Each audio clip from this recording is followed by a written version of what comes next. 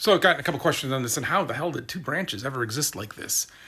And it makes sense. So, to the best of my knowledge, this is the only time this happened. And you have to remember that originally Turtle Rock was working on Counter Strike Source, and that was it. And they continue to update Counter Strike Source. So they're doing Counter Strike Source, and Michael Booth is doing the AI bots, I think, and some other stuff. Michael's really great at AI stuff and the bots, and really great designer as well. He's over at Bad Robot now. Can't wait to see what he does. But right, they release Counter Strike Source. I have to look at these dates here. Then it's like Half-Life 2 comes out, and then we get the Half-Life 2 Deathmatch. We do Day of Defeat. Now Valve, meanwhile, is working on that branch, right? So they're updating for Day of Defeat. They're doing Half-Life 2 Lost Coast, which does some graphical updates, right? And they're getting ready for Half-Life 2 Episode 1. Meanwhile, Turtle Rock, Mike hires a couple people, and they're just working on Counter-Strike Source. They're the ones who keep updating Counter-Strike Source. So all the Counter-Strike Source stuff, like the map updates and all the crazy AI stuff, and all of that comes from them. So they're working on a shipping version of Counter-Strike Source. Meanwhile, Valve is doing Episode 1, Episode 2, the Orange Box, the whole thing, right? So those are two separate branches because we're shipping new games. They're updating an old game. Now, they're updating the old game. They're also working on prototypes because they want to do their own games. So they're doing work for hire for Valve, and then also prototyping their own games. And Valve's like, hey, let us know when you have something cool. And they're pitching stuff, and nothing's really sticking. And then I get to see an early version of Left 4 Dead called Terror, Terror, Terror at the time. Really rough, but I go to lunch with Gabe that day, and I just say, hey, I just saw the greatest game I've ever played in my life. And I described to him, I'm excited about it. And he loves when you get excited about like games and stuff, right? And he's just like, well, go work for it. Go work on it. I'm like, but they're not. And he's like, it's okay. It's okay. I approve you're going to work down there. So I'm like, all right, 2 weeks later, I'm down there. Actually, the first thing we did was Eric sent an email to Michael Booth. We're idiots. Oh my God. That we're not very good at making games, but we're really good at efficiency. So we're going to come down and fire 10% of your staff. First email you ever send.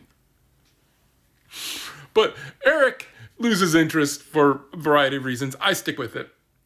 And I start working with Mike, and I start becoming a champion for them up at Valve. So now, at this time, it is a tiny little project. It may get cut. It doesn't have a lot of excitement around it yet, but I am up there, and I'm like, hey, I'm working on this. This is what I am working on. I'm working on Half-Life 2 Episode 2 as well at that point, but this is what I'm working on. This is what's got my heart. And I'm traveling down there all the time. I can tell you the smell of the John Wayne Airport in Orange County as you walk out and walk across the street to go rent your car, because I live down there. And so we're working on it, and I'm checking into their perf force, right? Because their perf force is down in Orange County. And at the time, they've got Matt Campbell and Michael Booth are the only two programmers, but they are iterating like crazy because they know they've got to find the secret sauce that's going to become magical, that's going to get everybody at Valve super excited. So they're super changing the game all the time, and it's this really noisy code, and it ends up bugs and problems get in there that way. That's fine. It still works, right? But like when you talk about the beta version of Left 4 Dead 1, and it's because that era of the game, Francis Longhair, let's call that the beta version. I actually like Francis Longhair, by the way. But that version of the game, when I would go show it at events, and at that point just private events like EA things and stuff, I would have to bring... First, I'd have to say, hey, you have to have this video card in there. It's only one NVIDIA video card that it worked with. And then I would have to come down with the drivers for that because it'd have to run a very specific driver because it crashed on everything else. Because, rightfully so, we said, hey, we'll fix those bugs if this game gets picked up by Valve. But the gameplay stuff we got to care about now. So let's care about that. We'll worry about that other thing later.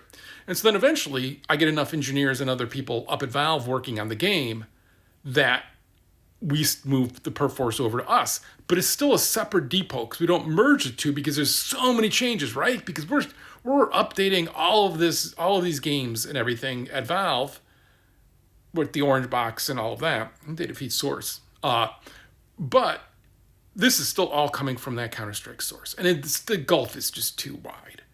And so that's how we get to these two different ones. And so then when we go to do Left 4 Dead 2, our first thing is like, we just need to kind of reset the code base. And people talked about that even with more zombies and everything else. The game's actually more performant than the Left 4 Dead 1, just because Left 4 Dead 1 had a lot of things like it reloaded the map like 3 times, just because, hey, I don't know, there's some bug here, but let's just ignore that because we want to do gameplay. And that's because when you only have 2 programmers and you're focused on gameplay, you ignore every other bug and say we'll solve that later. And I think I told this story. We did. So Left 4 Dead 1, we're going to CERT, which means we're up all night, and it's like 2 a.m. One of the really senior people at Valve is like, hey, this is crazy. This is loading the map 3 times. I'm fixing this bug. He fixes the bug. We have to do this whole rebuild. It takes an hour. So it's like 2 a.m. You're just sitting around, right? You're drinking. And 3 a.m. hits, and you go to play the game, and every so often, one of the players just disappears. Why? This shouldn't happen. So we have to roll the whole thing back and then do the whole full big build because we're going to go send it off. And I think someone actually had to drive it to Microsoft for CERT. I was out of my mind that day because I had just come back from Russia and I hadn't slept in like 36 hours. And it wasn't until I was driving home and I realized I was in a car. And I'm like, hey, I probably shouldn't be coming to the realization that I'm in a car when I'm driving home. This may be bad. So kind of like, bit my lip to keep myself awake for the rest of the drive home. So it is a rough split. It never could get back together, even when we reset it, because there's so much work had gone into Left 4 Dead 1 that it just never was going to get reset. And so the Left 4 Dead 2, that's one of the problems when people talk about updating it. You would have to be an entire reset into Source 2 to get it updated. And there'd be a lot of work. I don't know if it'd be worth it. But yeah, that's how you get there. It's on the outside. It's a classic thing on the outside. You're like, duh. But when you walk through the timeline of how it got there, you're kind of like, yeah. Because the most important thing was getting the gameplay. And we got the gameplay. And it went from being this little tiny game made by somebody Valve was funding to becoming an entire Valve game that we had the entire company working on it 24/7 by the end.